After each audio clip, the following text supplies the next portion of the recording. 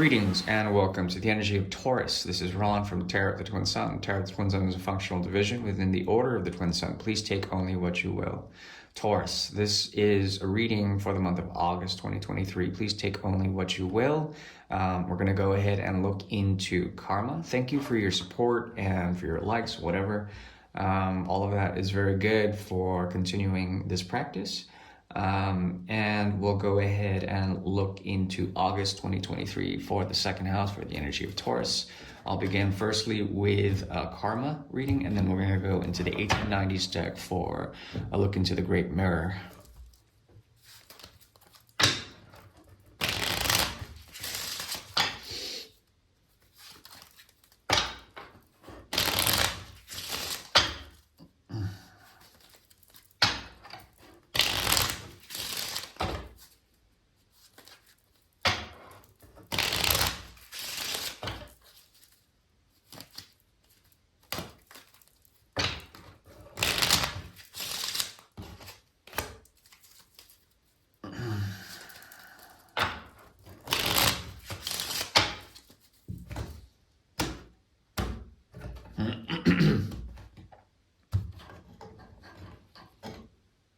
Okay, there's a halving and then an addition in the rod sequence.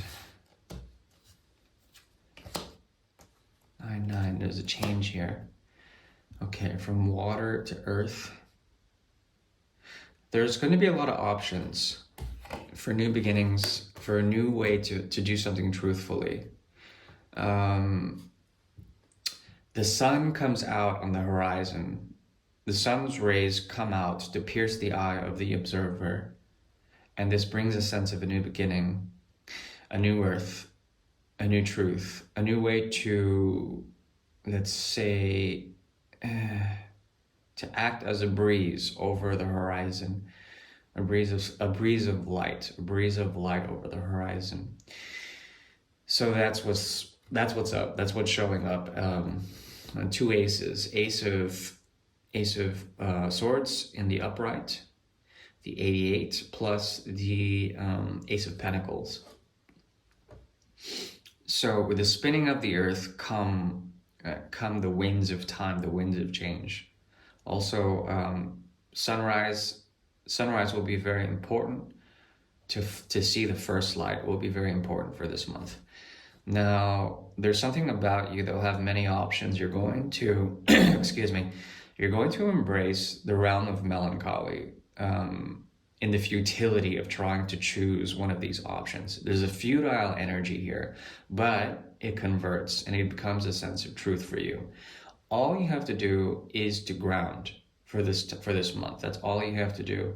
There's something about you that has picked the flower, and in this you've envisioned a sense of totality, of coming to the 10 of Cups, okay? 10 of Cups is indicated here, but is not given. What can happen here is either the 10 or the 8 of Cups. So it's either you choose something and it becomes fruitful, or you choose to go back to somewhere. The thing is that Taurus has been working really hard in becoming healthy. What this emerges is a way to look back and to look forward at the same time, for the element of water and air and earth to work together. Now, there is a sense that you need to be grounded in a new beginning very strongly here. Yes. Excuse me.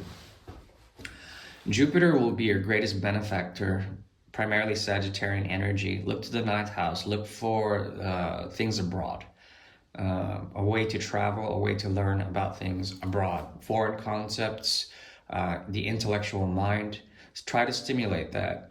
Try to perhaps read books or travel or something like that. Find perspectives in also gurus or teachers. They will help you to ground, especially for this month. Queen of Swords usually means looking back at what you're doing now and finding the intuitive hit to move forward.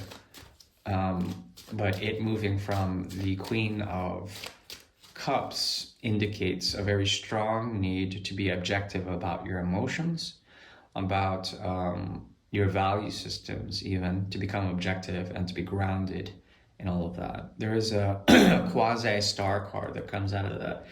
I need to really let go of, to purge and to hit that button, to let the tears water or fertilize the earth around you. Now let's move into the Great Mirror. This is for August 2023, the second house for the energy of Taurus.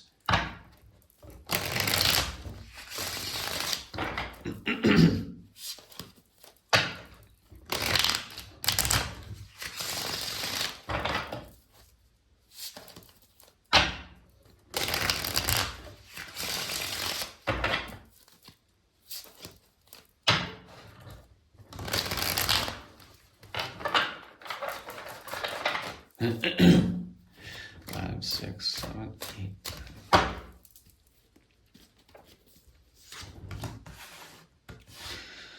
Okay, now here's the interesting thing is that whatever you're dealing with here, there's going to be something that comes out, a form of new love, something new coming out from your external world. This is how this person sees you, but you're not very interested in that. There's a sense of contentment in what you do. Contentment is huge, at least in terms of your own inner world. It is protected, big time. At the same time, we have the Hangman in reverse. There is a need to reach out and to prove to others your own path, your own spirituality. And you'll do this, but you're going to encounter people that have a way of doing things that are very much based on a survival drive, a need to preserve things. And you're going to encounter these people and you're going to essentially tap into your own happiness, your own contentment, and use that as a shield to prevent any sort of wayward energies. I'm talking about like kind of demonic or possessed people that are very possessive in nature. You're going to see and understand their own motivations as they project them onto you primarily. Now, you will be protected in terms of this. Kind of like a priestess energy, you will be protected. At the same time, it's the Hanged Man energy. Now, you will have the sort of ability to shape and manipulate these behaviors. You can act as a sort of healer for these people that come into your life that try to behave like reptiles, and then, you know, basically you can deal with their algorithms. Now, there's something about you that will not give off the gift that you are getting currently from the universe, the world, whatever you want to call it, from the higher power. This person is under a process of deep reflection within. They're taking their actions, they're putting them within. And there's also a perfectionist quality. The world that they deal with is informing their inner world big time.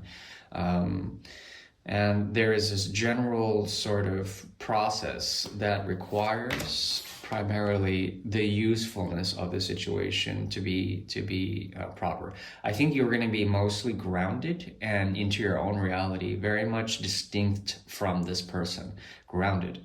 There's something about them that is trying to not let things collapse. And they're taking private time. They need private time, much like you have. The need for privacy, or the need for I would call it a penchant for becoming human, in a way, to really come into your own human skin, to understand why it's almost like boring to have to deal with these expectations. That's the funny thing, because when love comes out of nowhere, it's almost like you become an instrument for it.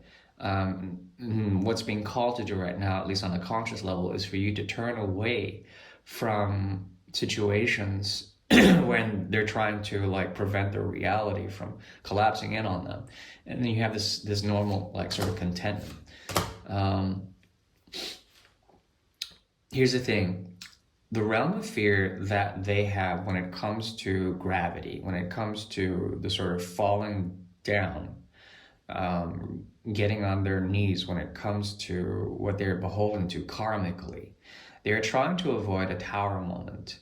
And not only that, you have justice on your side, and you have the ability especially through the ninth house and those 9 energies that showed up in the karma reading, to really come up to, I want to call it a place of stability, an objective way to approach this, to essentially use karma and to let karma do its thing. It's like, it's not like you have to do anything at all. Basically, their own behaviors will bring forward essentially a sense of this transformation that they need to have. And what transforms is essentially the bridge position, the link between you two. The funny thing is that you are very much linked with this person, but it's the link that constitutes the link. It's nothing else. Okay. Now we have the 8 of, intuition is somewhat not really present here. There's an escapist mentality here, but then you get called, there's like a collapse. You get called to go back in each time you see this mirror. Now there's something about the reflective quality of swords. Okay, the sword sequence. When the swords are activated in a reading, it allows for an objective way to see things, a clarity. The intellect takes over, and there's something about an activation of the throat chakra as well.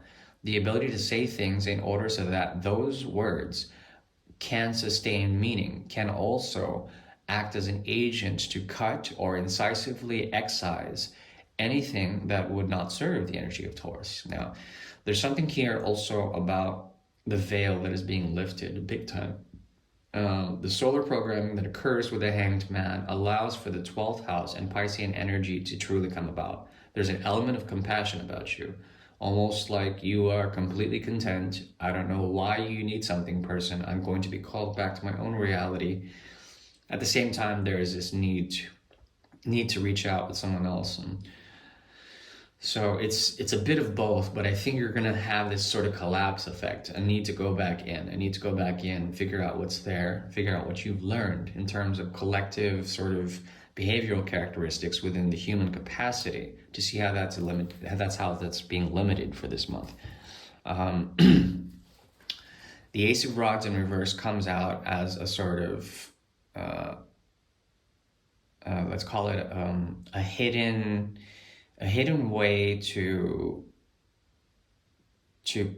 prevent something. When the Ace of Rods is in the reverse and it's being held by the home Etzeveo, which is basically the King of Rods, in the reverse, there is something that is working in terms of Mars's lower energy to transform things. I'm talking about the 8th house. I'm talking about Scorpio.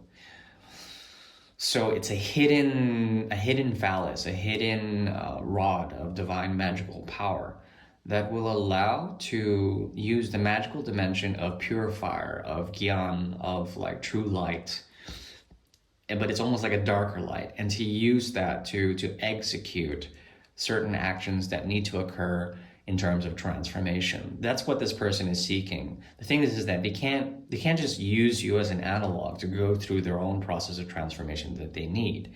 You will be called to be very, very utilitarian about this, and that's what I recommend for this reading. All right, I do wish you well. Thank you. Bye-bye.